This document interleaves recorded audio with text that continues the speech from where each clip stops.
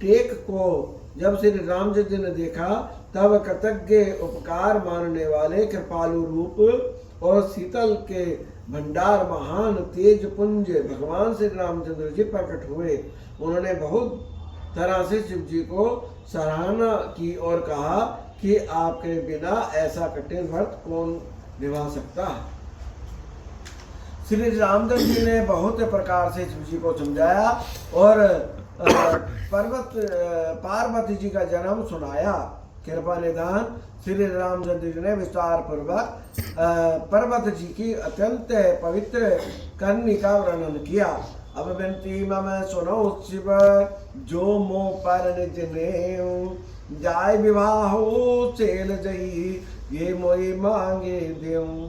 फिर उन्होंने शिव जी से कहा है, शिव जी यदि मुझ पर आपका स्नेह है तो अब आप मेरी विनती सुनिए। मुझे यह मांग दीजिए कि आप जाकर पार्वती के साथ विवाह कर लें। शिव जी ने कहा, यद्यपि ऐसा उचित नहीं है, परंतु स्वामी की बात भी मेटी नहीं जा सकती है नाथ। मेरा यही परम धर्म है कि मैं आपकी आज्ञा को सिर पर रखकर उसका पालन करूं। माता पिता गुरु स्वामी की बात को बिना ही विचार हुए समझकर करना मानना चाहिए। माता पिता और गुरु स्वामी की बात को बिना ही विचार शुभ समझकर करना चाहिए। जब कोई गुरु माता पिता कोई बात बोले तो उसको विचारना नहीं चाहिए, कर देने चाहिए, तो बिगड़े काम में सही हो जाएगा। फिर आप तो सब प्रकार मेरे परम हितकारी हैं, है नाथ। आपकी आज्ञा मेरे सिर पर है। शिव जी की भक्ति और ज्ञान और धर्म से युक्त विचार रहने वाले सुनकर प्रभु श्री राम जी हो गए। प्रभु ने कहा, है हर आपकी प्रतिज्ञा पूरी हुई। अब हमने जो कहा है उसे हृदय में रखना। इस प्रकार कहकर श्री रामचंद्र ध्यान हो गए। शिव जी ने उनकी वह मूर्ति अपने हृदय में रख ली। उसी समय सप्तऋषि शिव जी के पास आए।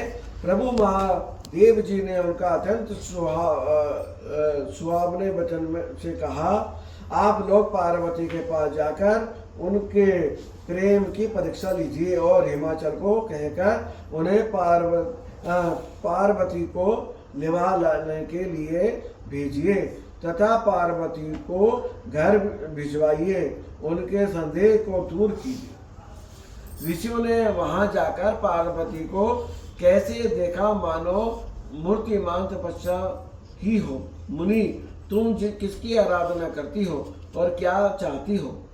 हमसे अपना सच भेद क्यों नहीं कहती? पार्वती जी ने कहा, बात कहते मन बहुत सख्त संकोच होता है कि आप लोग मेरे मूर्खता सुनकर हंसेंगे।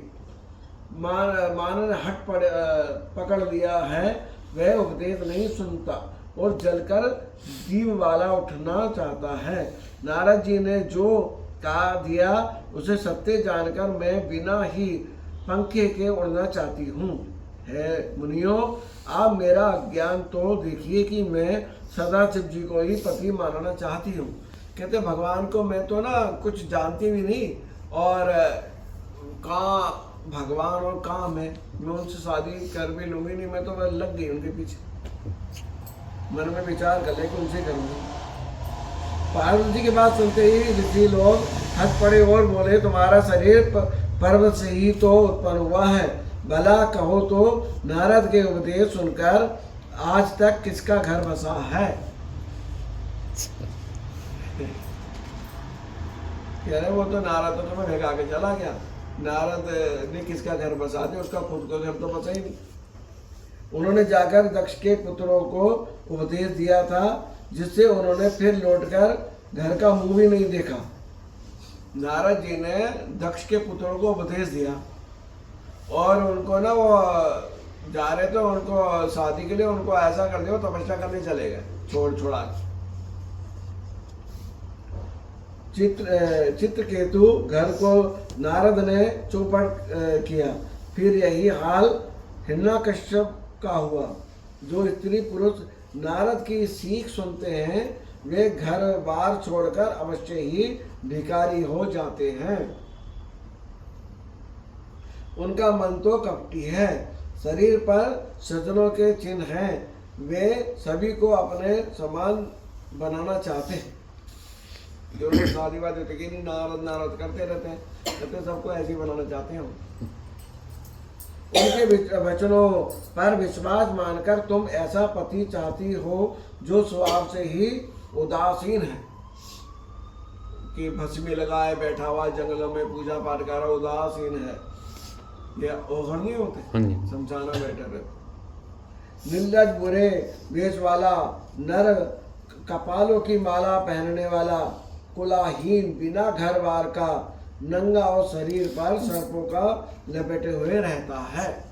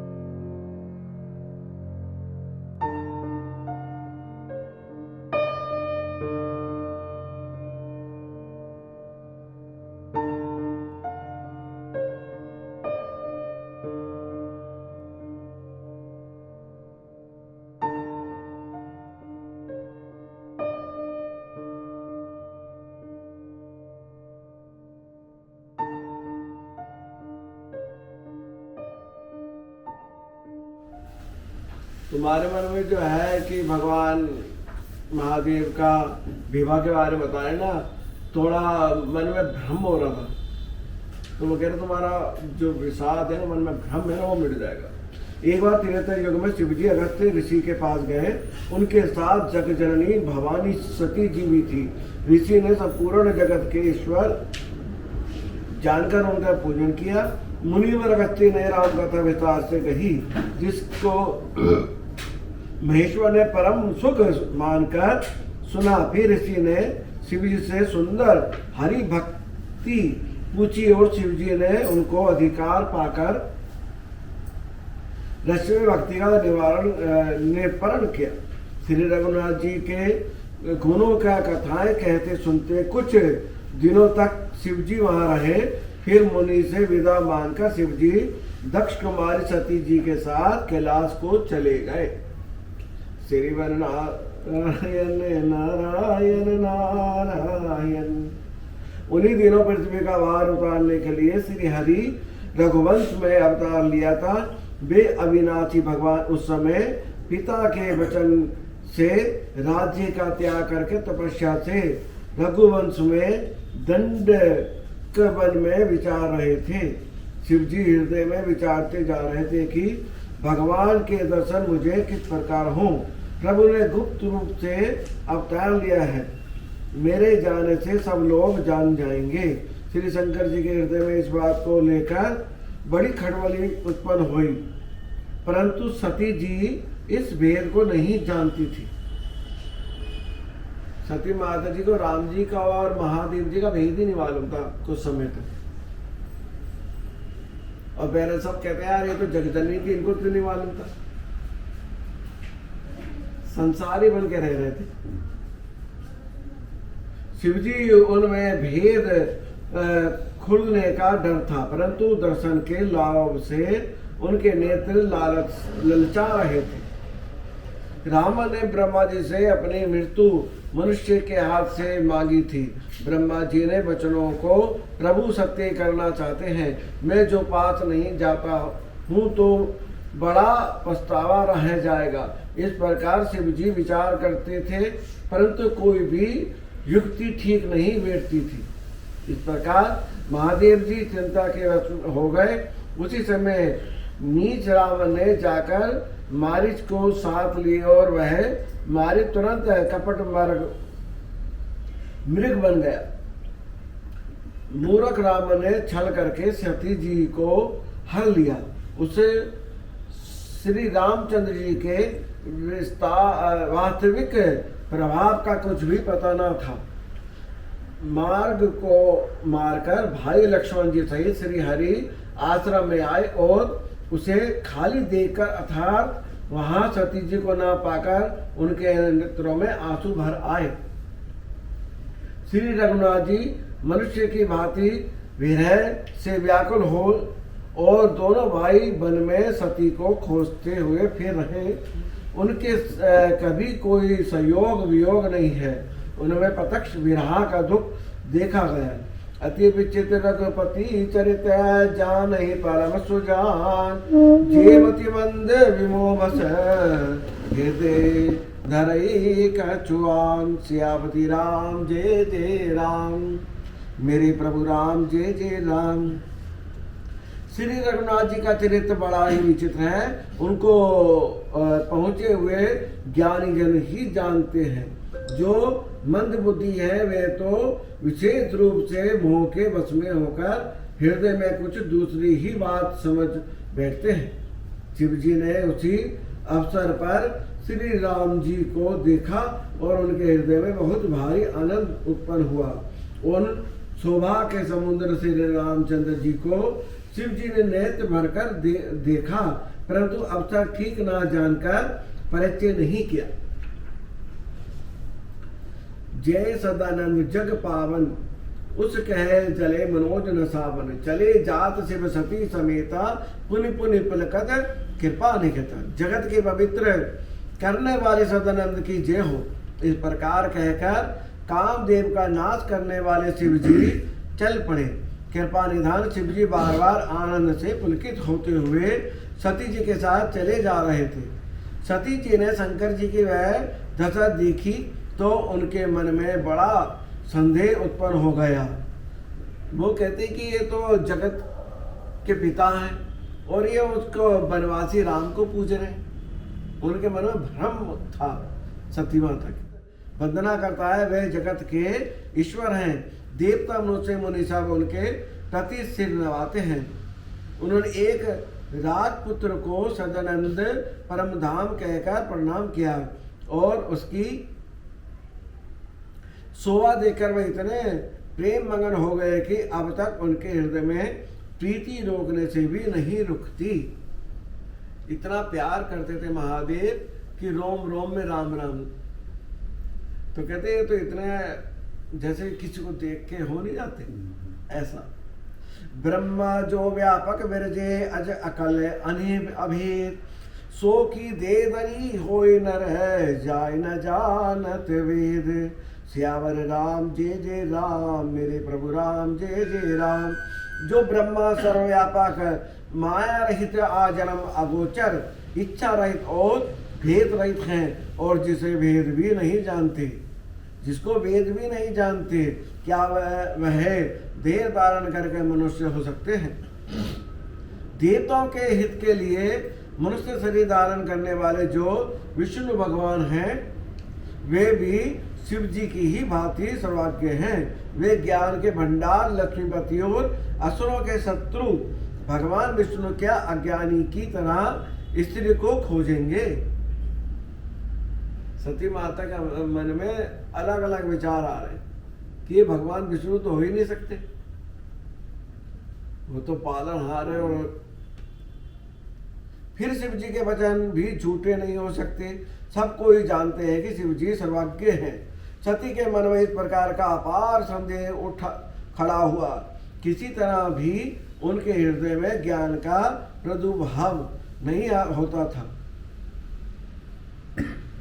यद्यपि भवानी जी ने प्रकट कुछ नहीं कहा, पर अंतर्यामी शिव जी सब जान गए।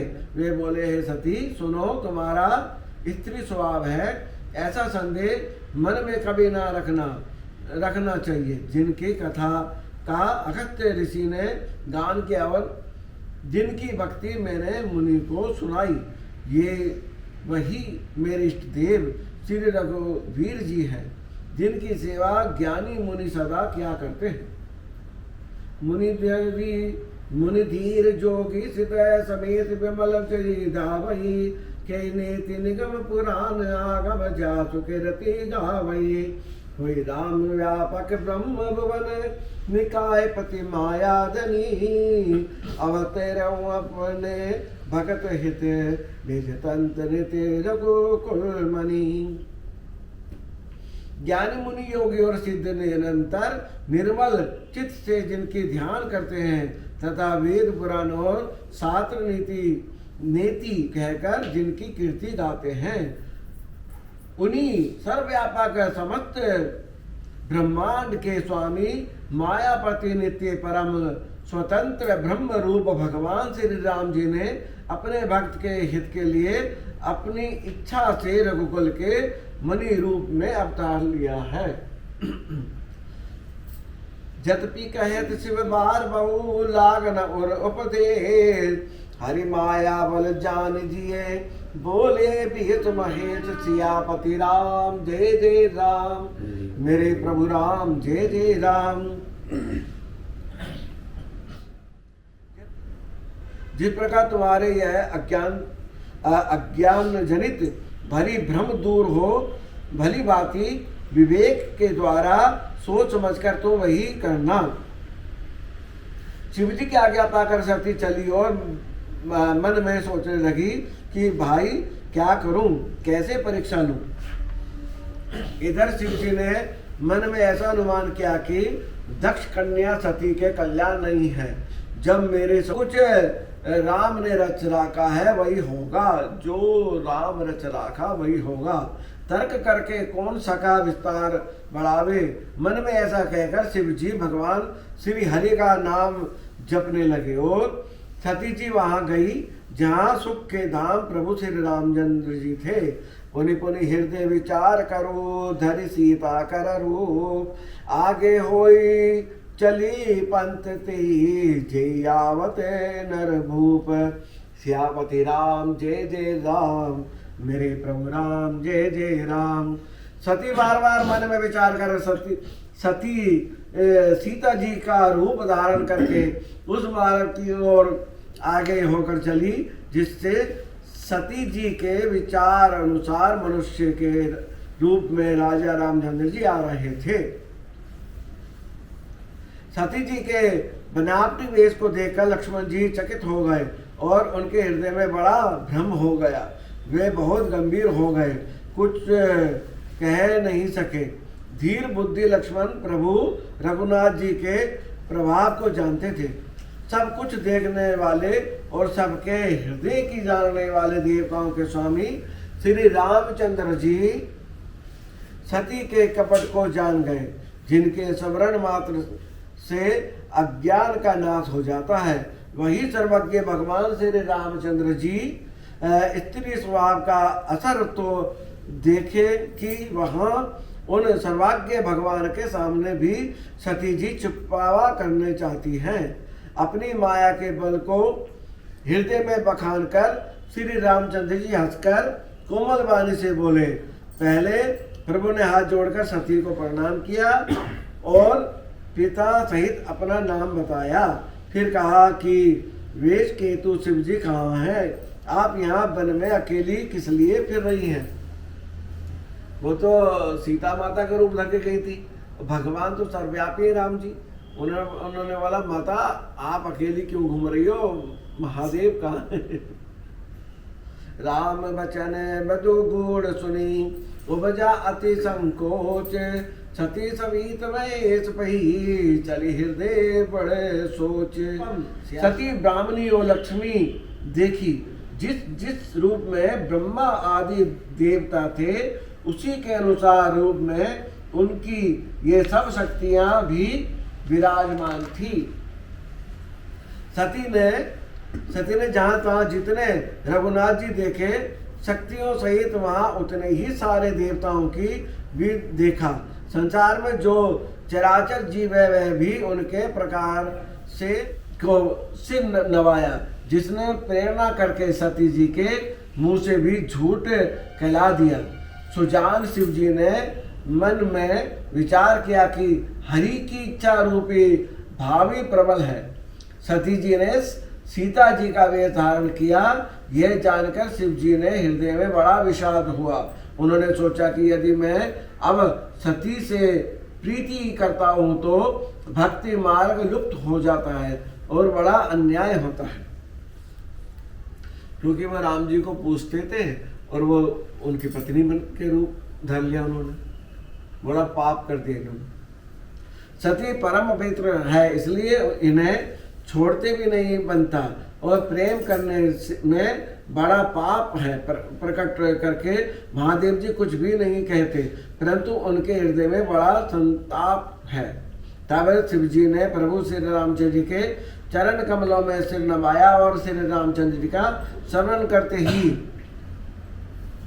उनके मार्ग में यह आया कि सती के इस शरीर से मेरी पत्नी रूप में भेंट नहीं हो सकती। और शिव जी ने अपने मन में यह संकल्प कर लिया। स्तर बुद्धि शंकर जी ऐसा विचार करके श्री रघुनाथ जी के स्मरण करते हुए अपने घर कैलाश को चले। चलते समय सुंदर आकाशवाणी हुई कि है महेश, आपकी जय हो, आपकी जय हो। आपने भक्ति की अच्छी दृढ़ता निभाई है। आपको छोड़कर दूसरा कौन ऐसा प्रतिज्ञा कर सकता है? आप श्री रामचंद्र जी के भक्त हैं, समर्थ हैं और भगवान हैं। इसलिए आकाशवाणी को सुनकर सती जी के मन में चिंता हुई और उन्होंने सकुचते हुए शिव जी से पूछा, है कृपालु कहिए आपने कौन सी प्रतिज्ञा की है? है प्रभु आप सत्य के धाम और दीन दयालु हैं। यद्यपि सती जी ने बहुत प्रकार से पूछा, परंतु त्रिपुरारी शिव जी ने कुछ ना कहा। सती हृदय अनुमान किया, सब जानो सर्वभाग्य, कीन कपट में संभूषण है, नारी सहज जड़ यज्ञ सियापति राम, जय जय राम मेरे प्रभु राम, जय जय राम। सती जी ने हृदय में अनुमान किया कि सर्वज्ञ शिव जी सब जान गए हैं। मैंने शिव जी से कपट किया, स्त्री स्वभाव से ही मूर्ख और बेसमझ होती है। कह रहे हैं कि स्त्रियां दिमाग से बेसमझ होती है, समझती नहीं पूरी बात और काम कर देती, बाद में सोचते, करने के बाद जब नुकसान हो तब सोचा जाता है कि यार हमने ये क्या कर दिया। प्रीति की सुंदर रीति देखिए कि जल भी दूध के साथ मिलकर दूध के समान भाव बिकता है, परंतु फिर भी कपट रूपी खटाई पड़ते ही पानी अलग हो जाता है, दूध फट जाता है और स्वाद प्रेम जाता रहता है। अपनी करनी को याद करके सती जी ने हृदय में इतना सोचा है और इतना अपार चिंता है कि जिसका वर्णन नहीं किया जा सकता। उन्होंने समझ लिया कि शिवजी कृपा के परम अथाह सागर हैं। इससे प्रकट में उन्होंने मेरा अपराध नहीं कहा, भगवान ने मुझे अपराधी नहीं कहा, और भगवान इतने दयालु कि मुझे अंदर अंदर ऊपर से समझा, ऊपर से अच्छे बने, अंदर से सब कि मेरे को खुश करने के लिए मन में विचार नहीं करा कि इन्होंने मेरे गलत करा। शिव जी का रूप देखकर सती जी ने जान लिया कि स्वामी ने मेरा त्याग कर लिया। हृदय में व्याकुल हो उठी, अपना पाप समझकर कुछ कहते नहीं बनता, परंतु हृदय भीतर ही भीतर कुमार के आवे के समान अत्यंत जलने लगी। वेश केतु शिव जी ने सती को चिंता जानकर उन्हें सुख देने के लिए सुंदर कथाएं कही। इस प्रकार मार्ग में विविध प्रकार के इतिहासों को कहते हुए विश्वनाथ कैलाश जा पहुंचे। वहां फिर शिव जी अपनी प्रतिज्ञा को याद करके बड़ के पेड़ के नीचे पद आसन लगाकर बैठ गए। शिव जी ने अपना स्वाभाविक रूप संभाला, उनकी अखंड और अपार समाधि लग गई। अपना अपना विमान सजाकर चले। सती जी ने देखा अनेकों प्रकार के सुंदर विमान आकाश में चले जा रहे हैं। देव सुंदरियां मधुर गान कर रही हैं, जिन्हें सुनकर मुनियों का ध्यान छूट जाता है। सती जी ने विमान में देवताओं के जाने का कारण पूछा, तब शिव जी ने सब बातें बतलाई। पति के यज्ञ को बात सुनकर सती कुछ प्रसन्न हुई और सोचने लगी कि यदि महादेव जी मुझे आज्ञा दे तो इस बहाने कुछ दिन पिता के घर जाकर रहूं, क्योंकि उनके हृदय में पति द्वारा त्यागी जाने का बड़ा भारी दुख था, पर अपना अपराध समझकर वे कुछ कहती ना थी। आखिर सती जी भय संकोच और प्रेम रस में सनी हुई मनोहर वाणी से बोली, हे प्रभु, मेरे पिता के घर बहुत बड़ा उत्सव है, यदि आपकी आज्ञा हो तो कृपा करके मैं आदर सहित उसे देखने जाऊंगी। शिव जी ने कहा, तुमने बात तो अच्छी कही, यह मेरे मन में भी पसंद आई, पर उन्होंने न्योता नहीं भेजा। बिना न्योता भेजे नहीं जाना चाहिए, बेइज्जती होती है। दक्ष ने अपनी सब लड़कियों को बुलाया है, परंतु हमारे वीर के कारण उन्होंने तुमको भी बुला दिया। एक बार ब्रह्मा जी सभा में हमसे आप प्रसन्न हो गए थे, उसी से वे अब भी हमारा अपमान करते हैं। हे भवानी, जो तुम बिना बुलाए जाओगी तो ना शील सने ही रहेगा और ना मान मर्यादा ही रहेगी। यद्यपि इसमें संदेह नहीं कि मित्र, स्वामी, पिता और गुरु जहाँ कोई विरोध मानता हो उसके घर जाने से कल्याण नहीं होता। शिवजी ने बहुत प्रकार से समझाया, पर होनहारवश सती के हृदय में बोध नहीं हुआ। फिर शिवजी ने कहा कि यदि बिना बुलाए जाओगी तो हमारी समझ में अच्छी बात नहीं है। शिवजी ने बहुत प्रकार से कहकर देख लिया, परंतु जब सती किसी प्रकार भी नहीं रुकी, तब त्रिपुरारी महादेव जी ने अपने मुख्य गणों को साथ देकर उनको विदा कर दिया। भवानी जब पिता दक्ष के घर पहुंची तब दक्ष के डर के मारे किसी ने उनकी आव भगत नहीं की। केवल एक माता भले ही आदर से मिली, बहनें बहुत मुस्कुराती हुई मिली। दक्ष ने उनकी कुछ कुशलता नहीं पूछी। सती जी को देखकर उल्टे उनके सारे अंग जल उठे। तब सती जी ने जाकर यज्ञ देखा तो वहां कहीं शिव जी का भाग्य दिखाई नहीं दिया। जो भगवान का स्थान था शिव जी का, उन्होंने बनाया ही नहीं। बिना महादेव जी के, बिना ब्रह्मा जी के, विष्णु जी के स्थान दिए हुए यज्ञ सफल ही नहीं होता बिना गणेश जी के। तब शिव जी ने जो कहा था वही उनकी समझ में आया। स्वामी का अपमान समझकर सती का हृदय दुख उनके हृदय में उतना नहीं व्यापा था जितना महान दुख इस प्रकार पति अपमान से हुआ। यद्यपि जगत में अनेक प्रकार के दारुण दुख हैं, तथापि जाति अपमान सबसे बढ़कर कठिन है। ये समझकर सती जी को बड़ा क्रोध हो गया और माता ने उन्हें बहुत प्रकार से समझाया, परंतु शिव अपमान न जाए सही हृदय न होई प्रबोध। सकल सभा ही हटी हट की तब बोली बचन सक्रोध। वीरभद्र को भेजा, उन्होंने वहां जाकर यज्ञ विध्वंस कर डाला। उन्होंने जटाएं ली और यूं फेंक के मारी, वहां से वीरभद्र जी हो गए। वीरभद्र जी को आज्ञा दी, जा वहां पे तहस नहस कर दे। देवताओं के यथोचित फल दंड दिया। दक्ष की जगत प्रसिद्ध वही गति हुई जो शिवद्रोही की हुआ करती है। ये इतिहास सारा संसार जानता है, इसलिए मैंने संक्षेप में वर्णन किया है। सती ने मरते समय भगवान हरि से ये वर मांगा कि मेरा जन्म में शिव जी का चरणों में अनुराग रहे। इसलिए कारण उन्होंने हिमाचल के घर जाकर पर पार्वती के शरीर से जन्म लिया। जब से उमा जी हिमाचल घर जन्मी, तब से वहाँ सारी सिद्धियाँ और संपत्तियाँ छा गई। मुनियों ने जहाँ तहाँ सुंदर आश्रम बना लिए और हिमाचल ने उनको उचित स्थान दिया।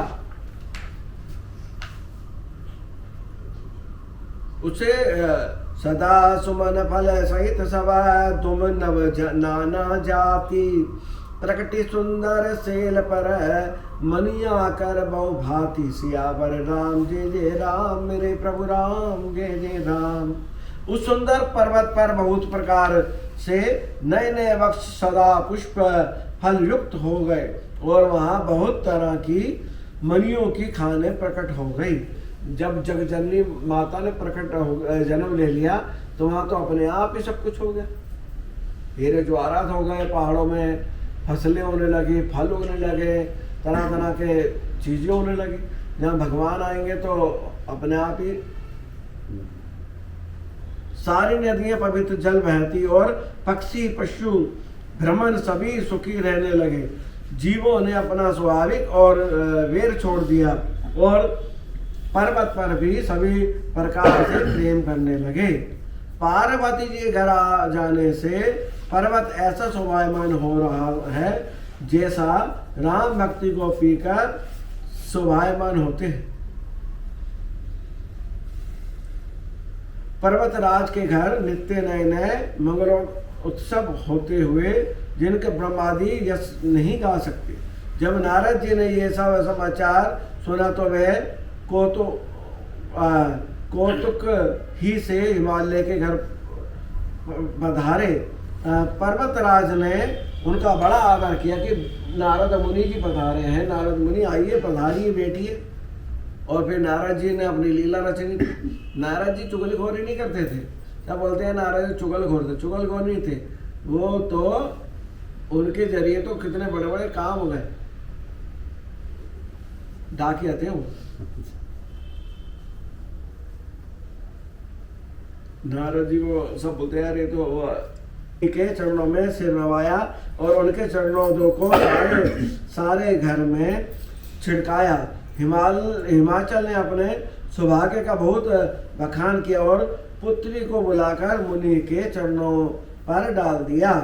है मुनि वर, आप त्रिकाल्य और सर्वज्ञ हैं, आपके सर्वत्र पहुँचे हैं, अतः आप हृदय में विचार करके कन्या के दोष गुण कहिए। नारद मुनि ने हंसकर रहस्ययुक्त कोमल वाणी से कहा, तुम्हारी कन्या सब गुणों की खान है। ये स्वभाव से ही सुंदर, सुशील और समझदार है। उमा, अंबिका और भवानी इनके नाम हैं। भवानी नाम है, उमा नाम है, पार्वती नाम है ना। कन्या सब सुरजों में उत्पन्न है। यह अपने पति को सदा प्यारी होगी, इसका सुहाग सदा अचल रहेगा। वह अचल क्या होता है? अचल रहेगा। भगवान अचल अविनाशी है ना, वो तो मर ही नहीं सकते। उनका मिलन कठिन है। अवसर ठीक ना जानकर उमा ने अपने प्रेम को छुपा लिया और फिर वे सखी की गोद में जाकर बैठ गई। देव ऋषियों की वाणी झूठी ना होगी, यह विचार कर हिमवान मेना और सारी चतुर सखियां चिंता करने लगी। फिर हृदय में धीरज धरकर पर्वत ने कहा कि हे नाथ, कहिए अब क्या उपाय किया जाए। कहे मुनि चिमवंत सुनो, जो विधि लिखा लीलार, देव धनुष नर नाग मुनि को न मेटन हार। जो लिख दिया उसको कोई नहीं मिटा सकता, वो तो लिख गया। मुनीश्वर ने कहा कि हिमवान सुनो, विधाता ने लालट पर जो मस्तिष्क में जो लिख दिया वो होना है, किस्मत में जो लिख दिया उसको देवता, दानव, मनुष्य, नाग और मुनि कोई भी नहीं टाल सकता। तो भी एक उपाय मैं बताता हूँ, यदि देव सहायता करे तो वह सिद्ध हो सकता है। उमा को वर तो निसंदेह वैसा ही मिलेगा जैसा मैंने तुम्हारे सामने वर्णन किया, परंतु मैंने वर के जो जो दोष बतलाए हैं, मेरे अनुमान से वे सभी शिव जी में हैं। वो सारे शिव जी में। यदि शिव जी के साथ विवाह हो जाए तो दोषों को भी सब लोग गुणों के समान ही कहेंगे। नंगे धड़ंगे वो तो यूं रहते, जटाधारी, भस्मी रवाए, और कहते उनके साथ हो जाएगा तो फिर तो जय जयकार। जैसे विष्णु भगवान शेष यहाँ पर चैन सोते हैं तो भी पंडित लोग उनको कोई दोष नहीं लगाते। सूर्य और अग्निदेव अच्छे बुरे सभी रस को भ्रमण करते हैं, परंतु उनको कोई बुरा नहीं कहता।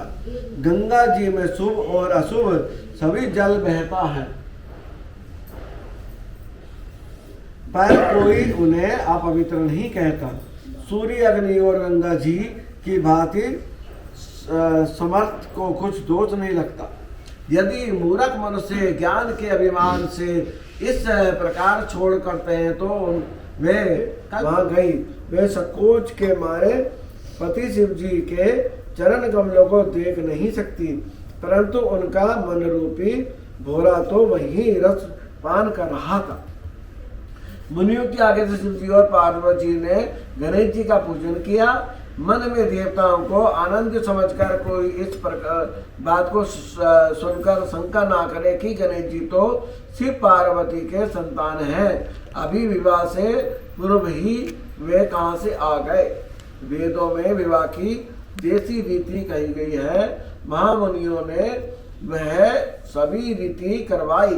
पर्वतराज हिमाचल ने हाथ में कुछ लेकर तथा कन्या का हाथ पकड़कर उन्हें भवानी शिव पत्नी जानकर शिव जी के समर्पण कर दिया।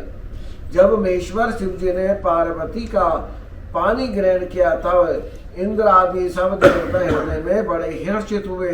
चेट मुनिगण वेद मंत्रों का उच्चारण करने लगे और देवगण शिव जी का जय जयकार करने लगे। अनेकों प्रकार के बाजे बजने लगे, आकाश से नाना प्रकार के फूलों की वर्षा होने लगी। पार्वती का विवाह हो गया, सारे ब्रह्मांड में आनंद हो गया। दासी, दास, रथ, घोड़े, हाथी, गाय, वत और मणि आदि उनके अनेक प्रकार की चीजें अंततः सोने के बर्तन गाड़ियों में लदवाकर दहेज में दिए गए, जिसका वर्णन नहीं किया जा सकता। बहुत प्रकार का देकर फिर हाथ जोड़कर हिमाचल ने कहा, है शंकर, आप पूर्ण काम है, मैं आपको क्या दे सकता हूँ। इतना कहकर वे शिव जी के चरणों कमल पकड़कर रह गए। तब कृपा के सागर शिव जी ने अपने ससुर का सभी प्रकार से समाधान किया। फिर प्रेम से परिपूर्ण हृदय मीना जी ने शिव जी के चरण कमल पकड़े और कहा, हे नाथ, यह उमा मुझे मेरे प्राणों से समान प्यारी है। आप इसे अपने घर की टहलनी बनाएंगे और इससे सब अपराधों को क्षमा करते रहिएगा। अब प्रसन्न होकर मुझे यही वर दीजिए। शिव जी ने बहुत तरह से अपने संसार को समझाया। तब वे शिव जी के चरणों में सिर नवाकर घर गई। फिर माता ने पार्वती को बुला लिया और गोद में बैठाकर यह सुंदर सीख दी, हे पार्वती, तू सदा शिव जी के चरणों की पूजा करना। नारियों का यही धर्म है, उनके लिए पति ही देवता है और कोई देवता नहीं है। इस प्रकार की बातें कहते कहते उनकी आंखों में आंसू भर आए। उन्होंने कन्या को छाती से चिपटा लिया। फिर बोली कि विधाता ने जगत में स्त्रियों की जाति को क्यों पैदा किया है? पराधीन को सपने में भी सुख नहीं मिलता। यूं कहती हुई माता प्रेम में अत्यंत विकल हो गई, परंतु कुछ में जानकर दुख करने का अवसर न जानकर उन्होंने धीरे धरा। मेना बार बार मिलती है और पार्वती के चरणों को पकड़कर गिर पड़ती है। बड़ा ही प्रेम है, कुछ नहीं किया जाता। भवानी सब स्त्रियों से मिल बैठकर फिर अपनी माता के हृदय में जा लिपटी। मंगल भवनीय मंगलहारी द्रवोचर विहारी दीन दयाल विरुद्ध संभारी हरो नाथ मम संकट भारी। ऐसा कहकर भगवान का स्मरण करके नारद जी पार्वती को आशीर्वाद दिया और कहा, है पर्वतराज, तुम संदेह का त्याग कर दो, अब यह कल्याण ही कल्याण होगा। यूं कहकर नारद मुनि ब्रह्मलोक को चले गए। अब आगे जो चरित हुआ उसे सुनो। पार्वती को एकांत में पाकर मेना ने कहा, है नाथ, मैंने मुनि के वचनों का अर्थ नहीं समझा। जो हमारी कन्या के अनुकूल घर भर और कुल उत्तम हो तो विवाह कीजिए, नहीं तो लड़की चाहे कुंवारी ही बैठी रहे, इसको घर में बैठाए रखो। पर ऐसे आदमी से नहीं करूंगे मैं, उसका विवाह नहीं करना चाहिए, क्योंकि है स्वामीन, पार्वती मुझको प्राणों से भी प्यारी है। यदि पार्वती के योग्य वर न मिला तो सब लोग कहेंगे कि पर्वत स्वभाव से ही जड़ मूर्ख होते हैं। है स्वामी, इस बात को विचार कर ही विचार कीजिए, जिसमें फिर पीछे हृदय में पछताना ना पड़े। इस प्रकार कहकर मेनापति के चरणों में मस्तक रखकर गिर पड़ी और हिमवान प्रेम से कहा, चाहे चंद्रमा में अग्नि प्रकट हो जाए, पर नारद जी के वचन झूठे नहीं हो सकते। हे प्रिय, सब सोच छोड़कर श्री भगवान का स्मरण करो। जिन्होंने पार्वती को रचा है वे ही कल्याण करेंगे। यदि तुम्हारे कन्या पर प्रेम है तो जाकर उसे यह शिक्षा दो कि वह ऐसा तप करे जिससे शिव जी मिल जाएं। दूसरा उपाय यह कलेश नहीं मिटेगा। नारद जी के वचन सुनकर रस्ते में युक्त और संकरण और शिव जी समझते सुंदर गुणों के भंडार हैं, ये विचार कर तुम मिथ्ये संदेह को छोड़ दो। शिव जी सभी पर तरह से निष्कलंक है। भगवान महादेव पे कोई कलंक नहीं, निष्कलंक है वो। पति के वचन सुनकर मन में वचन होकर मेना तुरंत पार्वती के पास गई। पार्वती को देखकर उनकी आंखों में आंसू भर आए। उसे स्नेह के साथ गोद में बैठा लिया, फिर बार बार उसे हृदय में लगाने लगी। भवानी जी तो सर्वज्ञ ठहराई। माता के मन की दशा को जानकर वे माता को सुख देने वाले कोमल वाणी से बोली, माँ सुनो, मैं तुझे सुनाती हूँ। मैंने ऐसा सपना देखा है कि मुझे एक सुंदर गोरा वर्ण सेठ ब्राह्मण ने ऐसा उपदेश दिया है।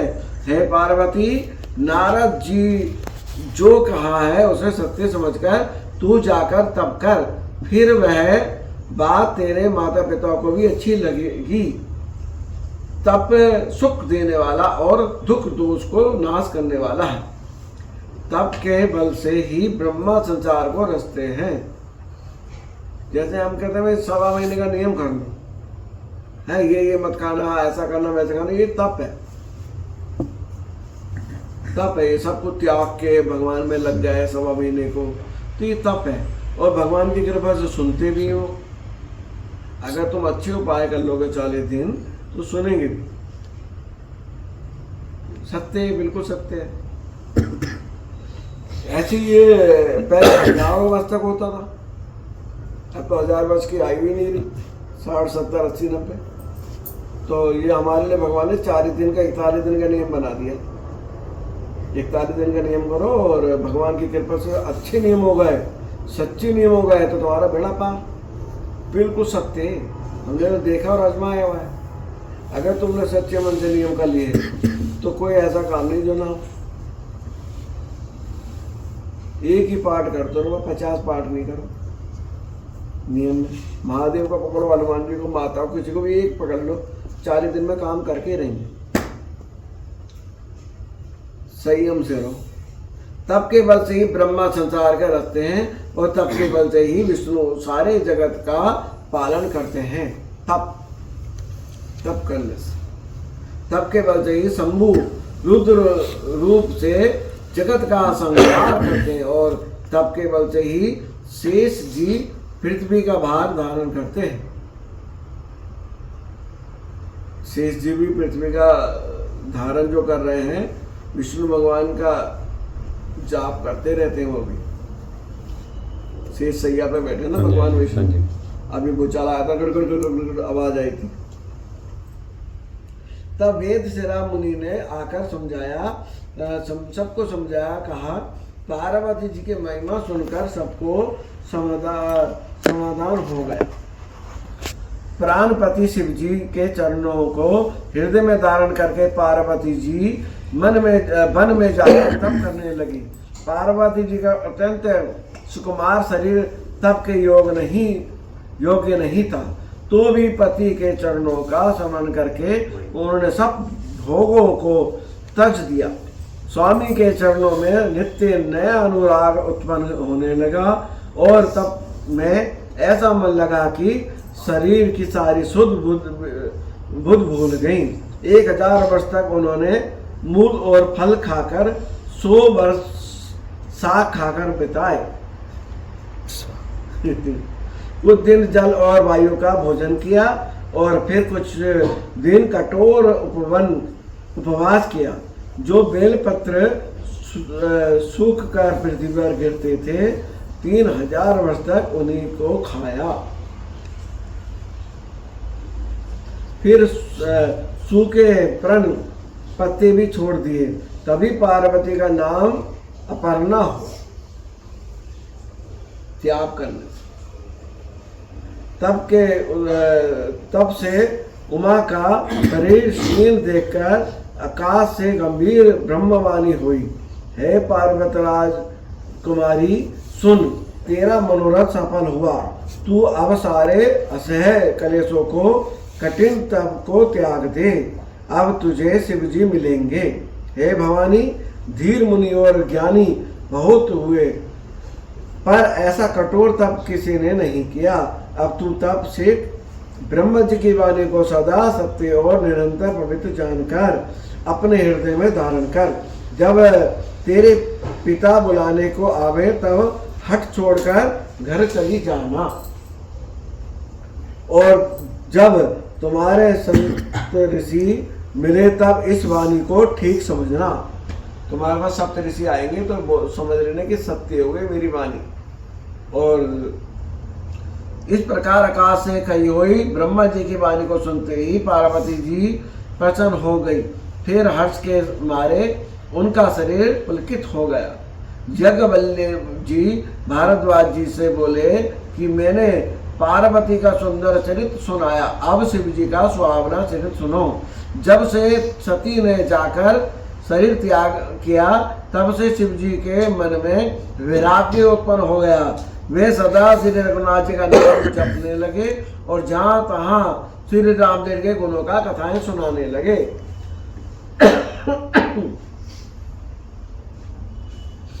चिदानंद सुख के धाम मोह मद और काम से रहित शिव जी संपूर्ण लोगों को आनंद देने वाले भगवान श्री हरि श्री रामचंद्र जी को हृदय में धारण कर भगवान के ध्यान में मस्त हो पृथ्वी पर विचारने लगे। वे कहीं मुनियों को ज्ञान का उपदेश करते और कहीं श्री रामचंद्र के गुणों का वर्णन करते थे। यद्यपि सुजान शिव जी निष्काम है, तो भी वह भगवान अपने भक्त सती के वियोग के दुख से दुखी हैं। इस प्रकार बहुत समय बीत गए। श्री रामचंद्र के चरणों में भिखार में आकर खूब भूली।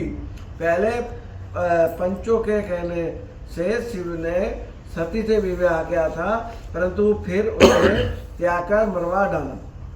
शिव जी की बुराई कर रहे हो सप्तऋषि, कह रहे उन्होंने पहले ऐसे से ब्याह करा, फिर उसको ना ठग से ना मरवा दिया, घुमा फिरा के।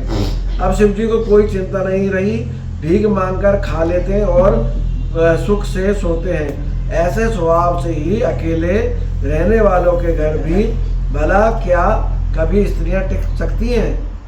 अब भी हमारा कहा मानो, हमने तुम्हारे लिए अच्छा वर विचारा है। वह बहुत ही सुंदर, पवित्र, सुखदायक और सुशील है, जिसका यश और लीला वेद गाते हैं। वह दोषों से रहित और सद्गुणों की राशि, लक्ष्मी का स्वामी और वैकुंठपुरी का रहने वाला है। हम ऐसे वर को लाकर तुमसे मिला देंगे। यह सुनते ही पार्वती हंसकर बोली, आपने ये सत्य ही कहा कि मेरा यह शरीर पर्वत का उत्पन्न हुआ है, इसलिए हट नहीं छोड़ूंगी। शरीर भले ही छूट जाए, सोना भी पत्थर से उत्पन्न होता है, जो वह जलाए जाने पर भी अपने स्वभाव स्वर्ण तत्व को नहीं छोड़ता। रमा गया उसको तो उसी से काम होगा। हे मुनीश्वरों, यदि आप पहले मिलते तो मैं आपका उपदेश सिर माथे पर रखकर सुनती, परंतु अब तो मैं अपना जन्म शिव जी के लिए हार चुकी। फिर गुण दोषों का विचार कौन करे? यदि आपके हृदय में बहुत ही हट है और विवाह की बातचीत किए बिना आपसे रह ही नहीं जाता, तो संसार में वर कन्या बहुत ही खिलवाड़ करने वालों को अलग से तो होता नहीं।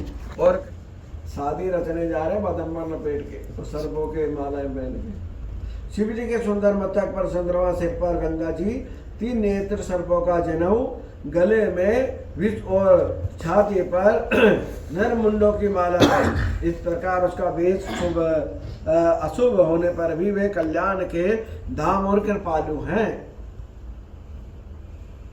एक हाथ में त्रिशूल, दूसरे में डमरू सुशोभित है। शिवजी बेल पर चढ़कर चले, बाजे बज रहे हैं। शिवजी को देखकर देवतागण मुस्कुरा रहे हैं और कहते हैं कि इस वर के योग्य दुल्हन संसार में नहीं मिलेगी। विष्णु, ब्रह्मा आदि देवताओं ने समूह अपने अपने वाहनों को पर चढ़कर बरात में चले। देवताओं को समाज सब प्रकार अनुपम परम सुंदर था, पर दूल्हे के योग्य बरात न थी। तब विष्णु भगवान ने सब दिक्पालों को बुलाकर हंसकर ऐसा कहा, सब लोग अपने अपने दल सहित अलग अलग होकर चलो। है भाई, हम लोगों की यह बारात वर के योग्य नहीं है, क्योंकि पराए नगर में जाकर हंसी कराओगे।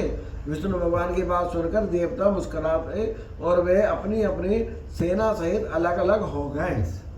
कहेंगे तो भूत प्रेतों को लेकर चल रहा है और तुम ऐसे चलोगे तो कहेंगे हंसेंगे, कैसी बारात लेके आ रहे हैं विष्णु जी। महादेव जी ये देखकर मन ही मन मुस्कुराते हैं कि विष्णु भगवान के विवाह बजने, वो जो हंसी मजाक करते हैं ना शादियों में, वो हो रही थी, भगवान विष्णु कर रहे थे, नहीं छूटेंगे। अपने प्यारे विष्णु भगवान के इन अति प्रिय वचनों को सुनकर शिव जी ने भी भृगि को भेजकर अपने सब गणों को बुलवा लिया। भगवान ने अपने गणों को बुला लिया, आ जाओ भैया तुम भी, भूत प्रेत मसान चुड़ैल गुड़ैल सब आ गए। शिव जी की आज्ञा सुनते ही सब चले आए और उन्होंने स्वामी के चरण कमलों में सिर नवाया। तरह तरह की सवारियों और तरह तरह के वेश वाले अपने समाज को देखकर शिव जी हंसे।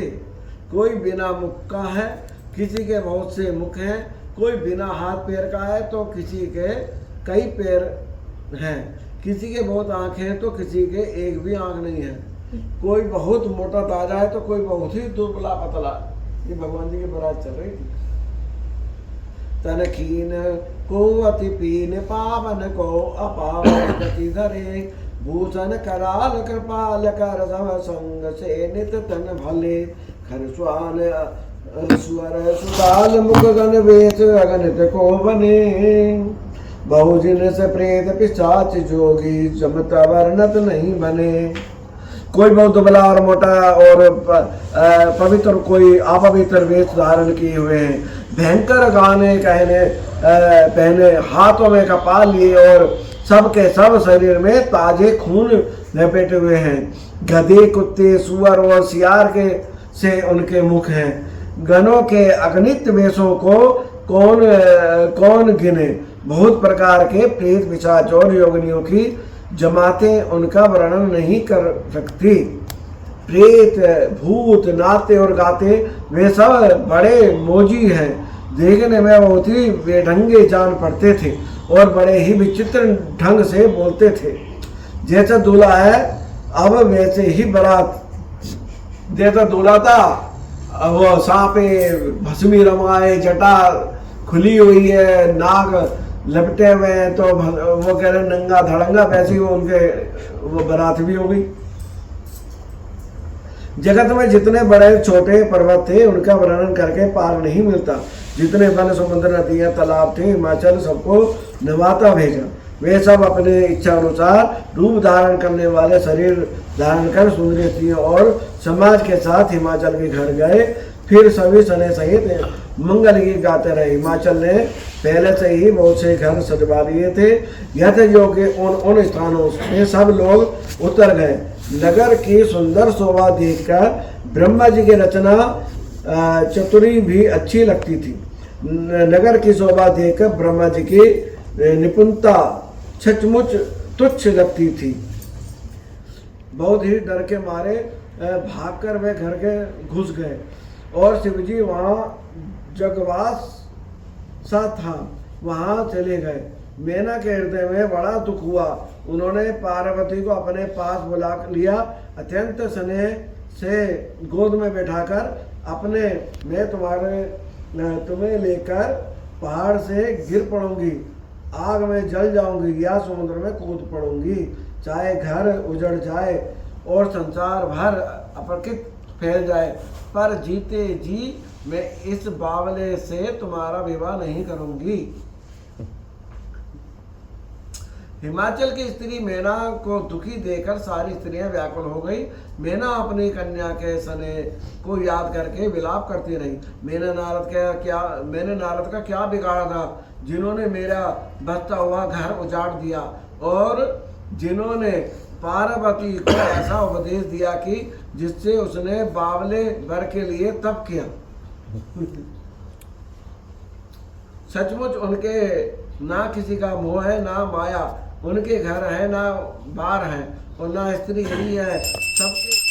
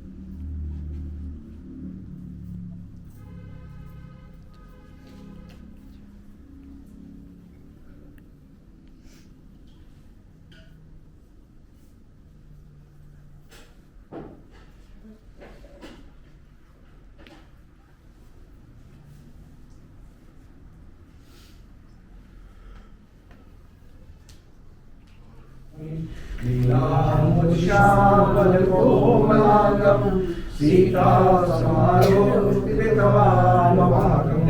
पाणो महाचार्य विचार चावा नमामि रामं रघुवंशनाथं काकं च व्यापकी फले मधुरहवा तुलसी मस्तक तिलक कमोद्रवान युवा किस मुरली किस धुन को किस सुखियन को आस अपने जन के वास्ते श्री कृष्ण मरे रघुराज शमन गजन सुनियाय हो प्रभु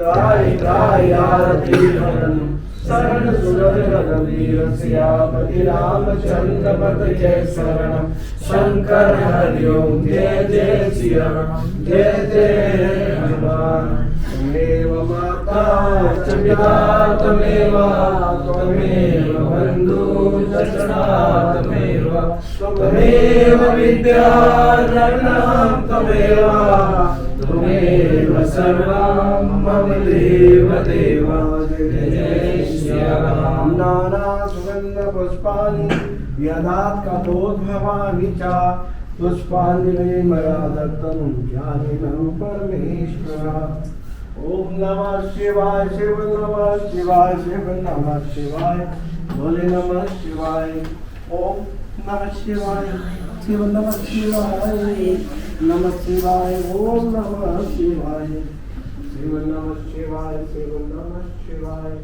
ओम नमः शिवाय शिव नमः